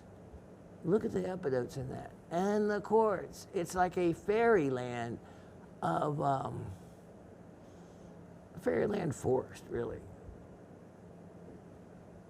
We watched a movie and they had the word monolith in it. And, you know, it was one of these old horror movies. And anything stone or rock-wise, or meteorites, you know, that are in them. We tend to watch all those just to see the outcomes of what a director will create from rocks and monoliths. But by far, the best rock story is the Long, Long Trailer. It's not a horror movie. It's Lucille Ball and Desi Arnaz, and watch it. I won't say any more than that. But there is rocks involved, and it just seems so much similar to our life when you're with the Raven.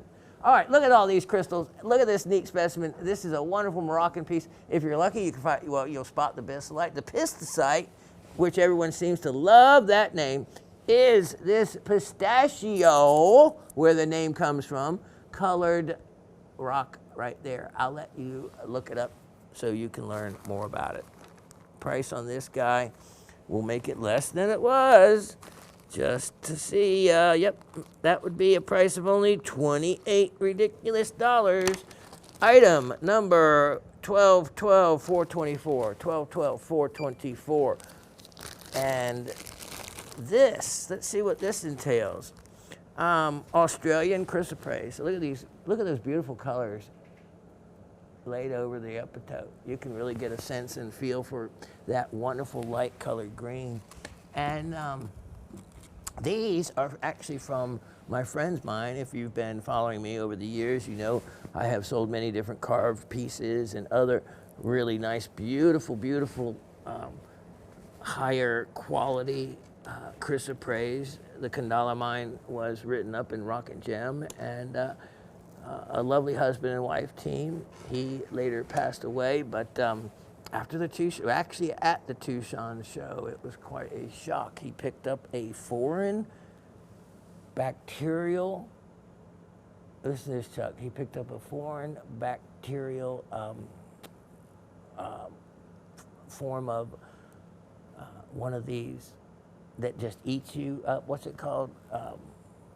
Anyway, he was at Tucson, and we saw at his booth, and from start to finish, from when he felt bad to the day he died, it was within 7 days. Within 7 days. And it was something he got from shaking hands. Some other foreign type of bacteria that his system was not used to. It was terrible. Known the guy for decades. Took us all around Australia, out to Lightning Ridge. Well, anyway, here is the only 140 carats. It's for both strands. There is 32-inch total in the two of them. And here is the wonderful deal. So you can use them as they are. They're just on fishing line, which is, believe it or not, actually, due to the clarity of the filament line, a wonderful type item to string things on. You can actually use different pound weights to get different flexibility in the beads. You can tie them off really well. You can actually melt the nylon with a with just a match, a flame, to tie off, so to speak, knots at bead tip ends or at clasp ends. So you know, you can work with the way they are right here, or just go to the garage, get some more fishing line, put them all on one. Price for the two is only $32. $32, and that's both. So that's $16 a strand for really beautiful clarity material. Now, let me show you item 1270825. 1270825. And this. Wow. It shows colors together. I always kind of like to do comparison with Mother Nature colors, especially when they're natural colors and not dyed. So look at that. Look at how pretty something like this would actually look very simply done with a very little silver wire it would take to wire wrap this into a pendant. And then, you know, all you have to do, and this is how easy it is to be creative, is look at that, drop it off of or hang it off of something like that chrysoprase. Do this at whatever angle. And you know, this was just randomly picking up aqua. You could do it on so many other different specimens. So let's look at this aqua a little closer. You can see it is a blue tint in color. It's of the lighter tint as it's noticeable. And the this is one way actually you can tell by looking at aquamarine, whether it's a Pakistani aquamarine or whether it is Namibian from a Rongo material, because that's the two aquas that are out there so much. The Gilgit Pakistani material won't tend to be as dark, and it won't have as much etching, and it won't have as much feldspar included in it, and or other inclusions within the crystal. So this piece, look at the wonderful clarity. You can see the 6 sides to this. Let's see it from the bottom, what kind of crystal this is. Okay, so you can see there's 6 sides to a larger crystal, and that, you know, Mother Nature loves to repair itself. So this looks like a 6-sided crystal and then another sidecar crystal that grew up after the big one failed. I don't know. I wish I knew the geology of it all, but I can see the clarity of this is quite nice. So if you want a wonderful piece for the collection, here it is at a look at the size of that. Has what? Iris to it too. Oh, did you see an iris in it?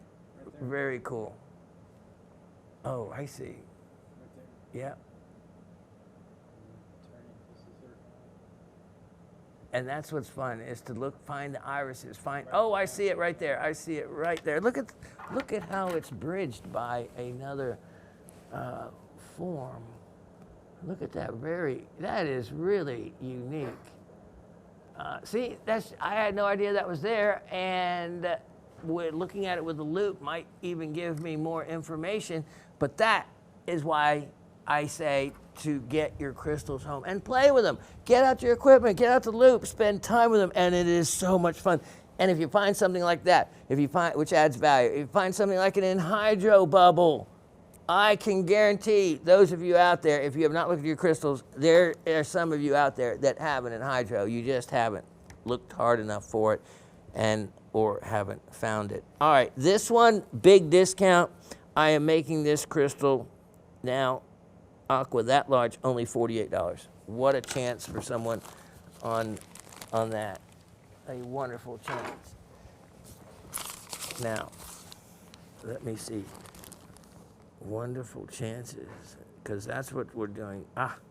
1207-424, 1207-424. Now, if you notice this show, we had some bigger items to start with. We have some lower end items. The next show, I already know a batch of stuff that's going to be here, so it might be a little bit higher price point. So take advantage of these price points as well, because they're going to probably be increased from here.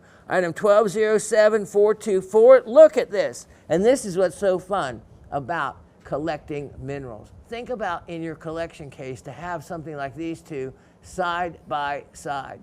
It really brings out the color of the aqua. The colors enhance each other. Maybe I give you the wrong number. I would love for that to be a big sapphire. 1207-424.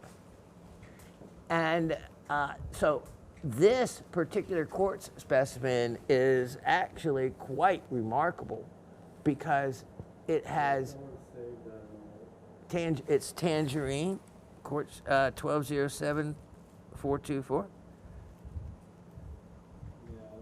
Okay, so this is Tanzanian tangerine quartz.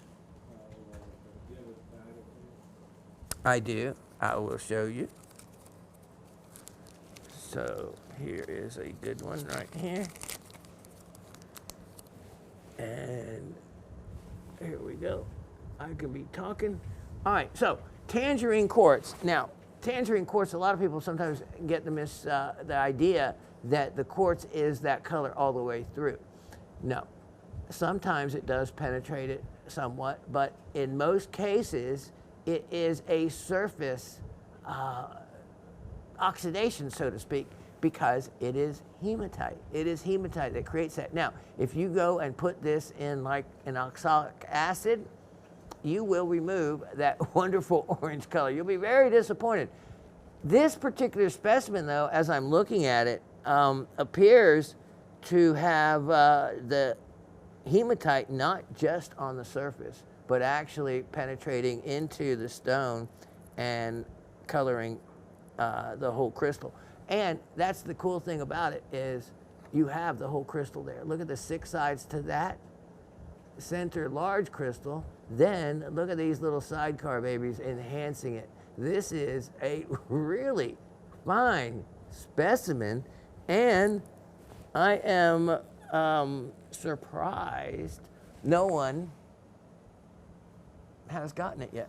But I haven't shown it in a long time, so maybe that's it. All right, so opportunity is knocking then, because I do not have another large single one like this, making that crystal a deal. How about this? $18. Like I said, this is the bargain basement show, and you may not find this type of price point items in all future shows. Now, next, let's see what we have. Ooh, ooh, ooh.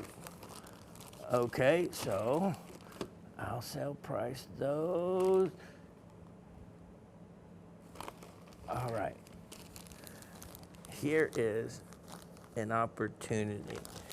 I'll show that in another show, though. I have a item 1069822.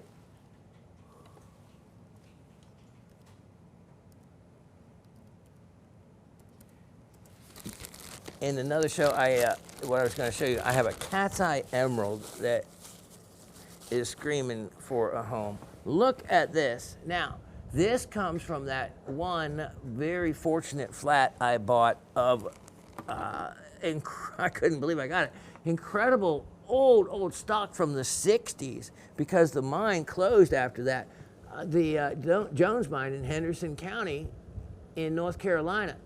Look at this crystal now. You can tell, or at least I can, that some of the material was removed. So to expose both ends of a perfectly euhedral form, see that square when you look down on it, and then the pyramidal point at each end. So this is basically a pyramid to pyramid, except this has distance between both ends. That is a stunning form and a perfect form, hence euhedral for that zircon. Here is another one. You could have fun with a Dremel tool, extricating these or exposing them. Look at how many are in this piece. So, and then that large stunning one. This is remarkable, and it's from what they call the zircon belt of North Carolina. They're all closed. There is no more mining for zircons in North Carolina. This was old time discoveries that have long since passed, and I can't believe me, I'm keeping like at least 4 of these specimens, because I know they are going to be really on the rarity list as time moves forward on these. Price on it, it was ridiculous at only $48. You know, to go much less is kind of silly, but we'll just get everyone's attention and take advantage of it at $38 on that. $38, and no one will have another one. If anyone has zircons, I can assure you, you'll be the only one with zircon from that locale. Now, let me grab this. Clock is ticking on us, but speaking of, let me show you item 1218524. 1218524. I have one of the most remarkable cat's eyes, except it is in one of the rarest type of gems that they form in. Take a look at this. Take a look at that cat's eye. And let me actually try this for a moment, or let's see. You can see, there you go. I'll let you, Chuck. Look at that eye. Look at that eye. This is in Washington State. If you have looked up how much a cat's eye jade costs in general, mostly you'll find Siberian jade.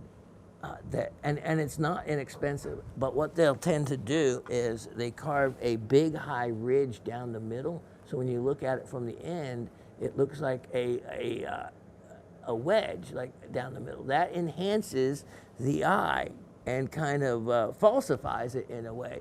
This is your standard cabochon dome, and with that, you still have a remarkable eye, and it is always a little silky looking.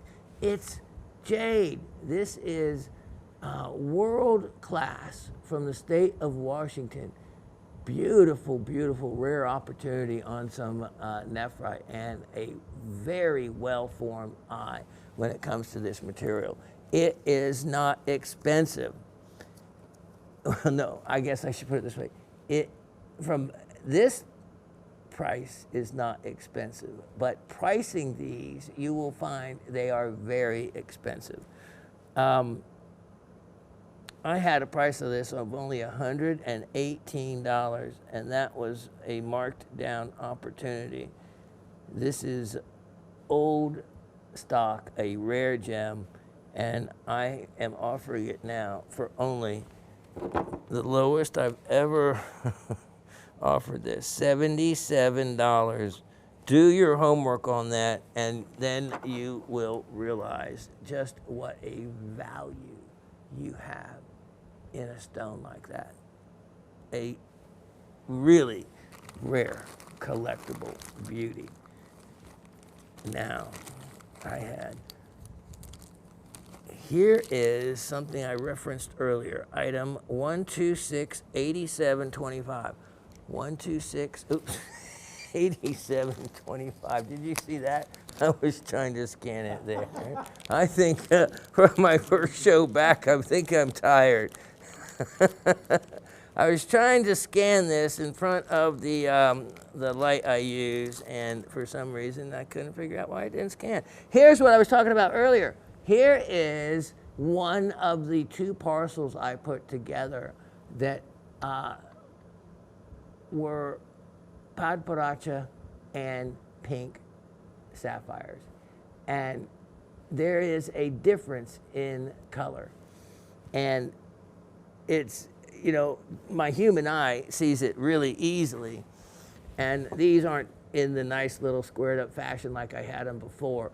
I'm not going to take the time to do that now. But I think you can see, if I bet 10 out of 10 people would pick the two, say, if I said pick the two pink ones and pick the two pinkish orange ones, that everyone would concur. These are obviously a clean pink, a clean baby pink. These two are not. They have a more distinct orangish, pinkish orange, pinkish, into that pinkish reddish orange range, and I have seen so many certs that will certify these pinks as podparacha. If that's the case, then what are these? What would those cert? It'd have to be podparacha. Or if these are just pink sapphires, you can't call these just pink as well, right? To me, there is several shades difference in color. When you see these with the human eye in person, you will see the sunset orange, just as podparacha is supposed to have.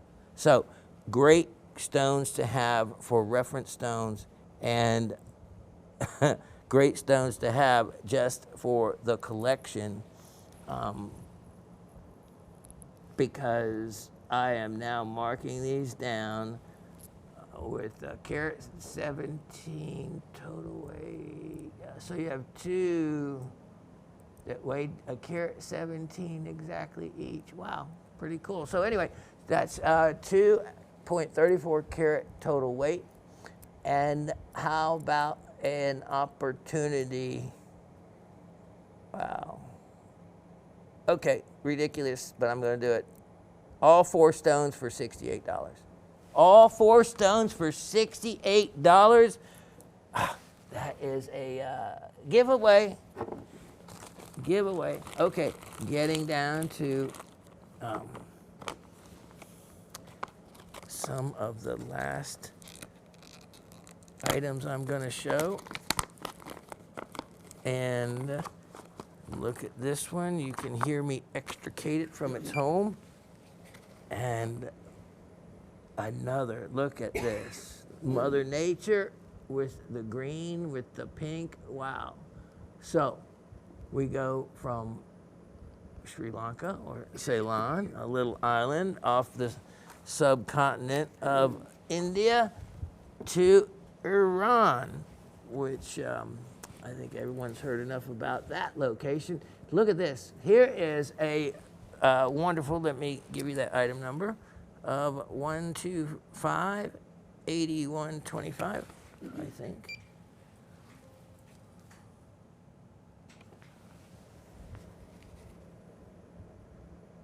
Oh, maybe I got that wrong. Hold on.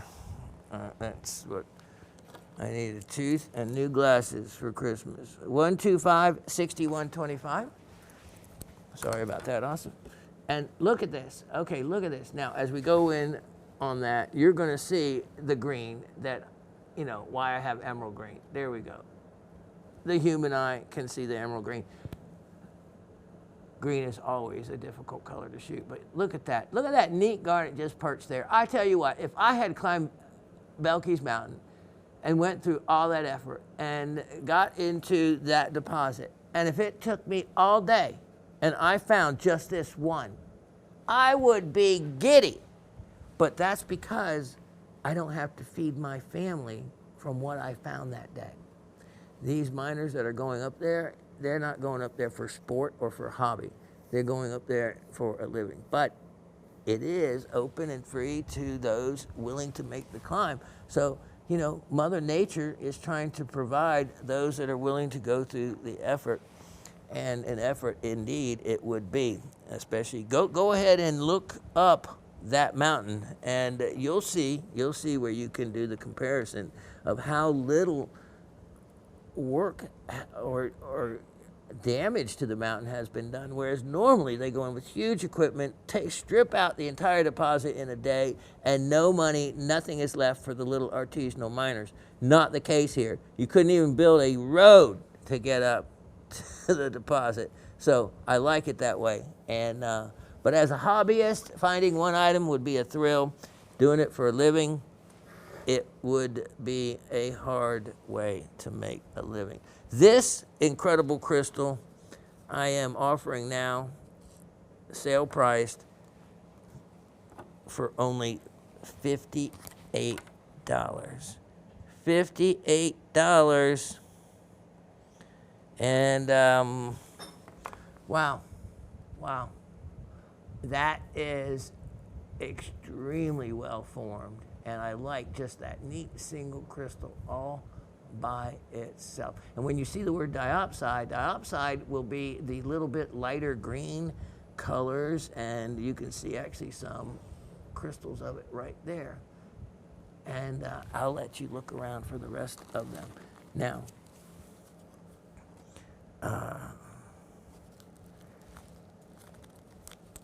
I have two, and these are a opportunity, because these are, if I can get these out,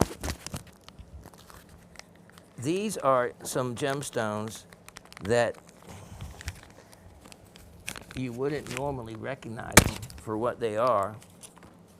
Let's look at item 126. Hold on. 126 6225. These will be the last two items of the show. So let me scoot this over here, and you're going to love what you're going to see. I have, let me turn this off for a moment. Take a look. Take a look. Beautiful, beautiful, beautiful. Natural green zircon. Modified Portuguese cut. In other words, they're cut really well. You can see that in the brilliance. And the modified Portuguese cut occurs on the pavilion, the bottom side of it.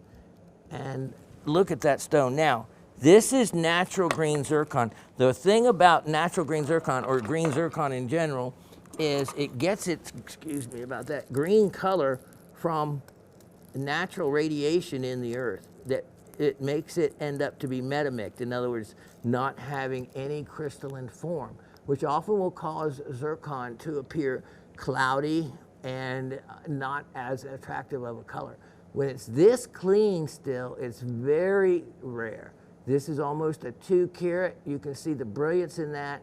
Natural green zircon. A real, if you're a gem collector, this is a jewel to add to the collection. Very difficult to find. Natural. Now, if you find green zircon that looks like a beautiful color, forest green or grass green color, and is really clean and well, and really cheap, let me tell you, it is going to be treated. It'll be a treated zircon to look that way. And that's how green zircon gets its color, is from radiation. So naturally, it's able to be radiated. So I have this gem, and I have a excellent price opportunity. Let me just put that out for a moment right there for you to look at. I'm marking it down. Crazy enough, I had it for only $50 a carat. Let's make that now sale priced at only $58. $58. That's less than $40 a carat. And then what I have next is the last item of the show, and it will be item number 126. Hold on. 126 6125. And this is your chance at another rare. And you're welcome to buy them both, because it's certainly a bargain. Another green zircon. I'll show the two together for a moment. Look at this jewel. And it's a little bit smaller. Again, for natural color green zircon, this is the color that it usually is going to run. These are actually very saturated. A lot of times the color is cloudy. Most of the time the color is cloudy. So this is the smaller one versus this one, the bigger weight one. So I'll remove it. But actually very similar in size. It's just a difference in the depth, it appears. And if you want to get both of them, boy, you will have a more than the majority of anyone. And the key being natural color. And so now I have to discount this one. Or let me see.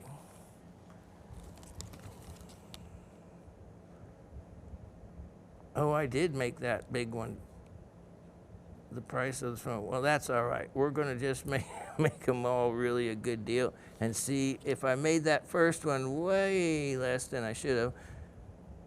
The first one, also, was it the carat 97, right? I just want to make sure I didn't pull up the same. 1, 2, 6, 8, 1, 2, 5, maybe. Hold on. 1, 2, 6, 6, 1, 2, 5. Okay. Then the last one I showed was the same number.